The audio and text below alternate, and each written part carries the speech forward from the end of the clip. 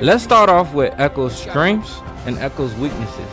He's good at clearing waves, he does high burst damage, he scales high during late game, and he's really hard to kill. His weaknesses are he struggles when he's behind, and he becomes squishy and easier to kill when he's locked down. Now, in this guide, I'm going to show you guys how to use Ekko in mid lane. Let's jump right into Ekko's abilities. We're going to start off with Ekko's passive, Z-Drive Resonance. What it does is every 3 attacks against the same target deals bonus damage and grants movement speed.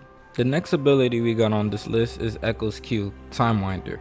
Ekko throws a device that expands into a distortion field upon hitting any enemy champion, slowing and damaging anyone caught inside. When it reaches its limit, it rewinds back to Ekko, dealing damage on its return. The next ability on this list is Ekko's W, Parallel Convergence. It creates an anomaly after a few seconds.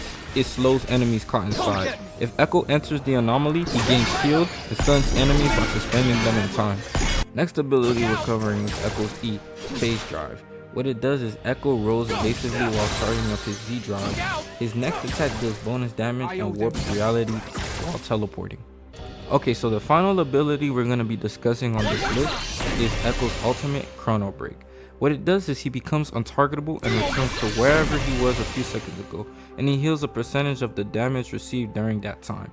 Any enemies near his arrival zone take a massive amount of damage.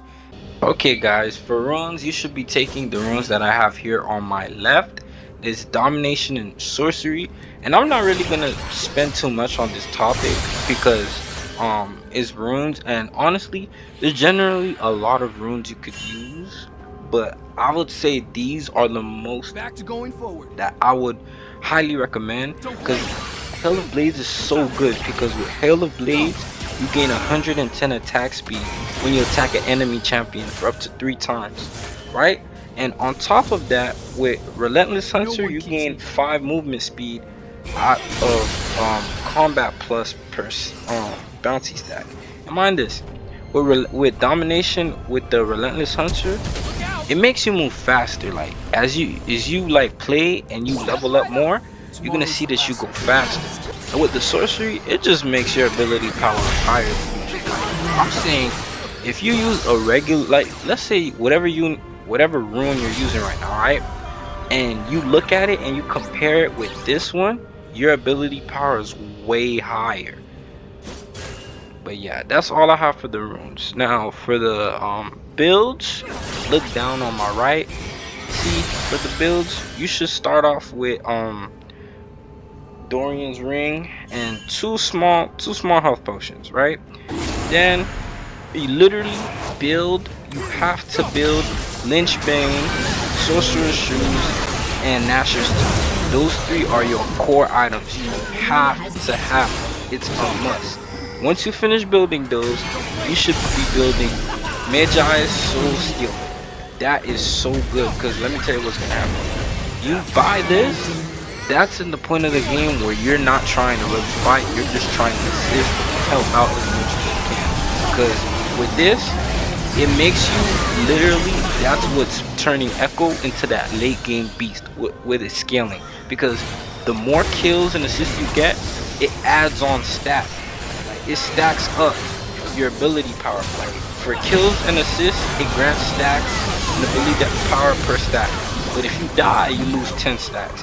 And you also gain movement speed if you hit 10 stacks. So let's say you go on without dying like right after you get this, you don't die. You're literally, it's gonna be hard for you to get killed. Next, you should get Rabadon's Death Cap. With this, it boosts your ability power by so much. Because not only do you get 140 ability power, but it also increases your total by 35%, which is a big jump. And as an ending item, you should get Void Staff, and it really increases your magic damage, and it gives you magic penetration. Okay guys, for tip number 1, use Q and then flash. Never use flash before Q, because if you flash and then Q, once you're doing this, you're giving your opponent time to react to your movement. The point is to be unpredictable, because like if you're moving extremely fast, they're not going to be able to react quick enough. The point is to like give them no time to respond. For tip number 2, It has to do with your W. Basically, if you need vision, it provides vision for you. So like now, you can see what's going on the other side. The next tip is very simple. Let's say you recall back to buy an item like so, right? Buy item, you alt back. Look at that. You go back to the lane. That's literally the quickest way back to lane. There is no quicker way back to lane than using this method. And if you find one, comment down below. There is no way for you to get back to the lane faster than you. Guys, the next tip that I have for you is, even if you alt through your W, it'll still stun your opponents. So it doesn't matter as long as you pass through. Look, your opponent is still stunned. Alright, for the last tip, I'm going to be replaying this clip. So now, as you see me battling with Diana, you're going to notice that I'm running towards the jungle. I use my flash and E through the wall. Once I make it to the jungle, I use my E to escape. If you're ever trying to escape an enemy, always use your E to go through walls. That's your best bet.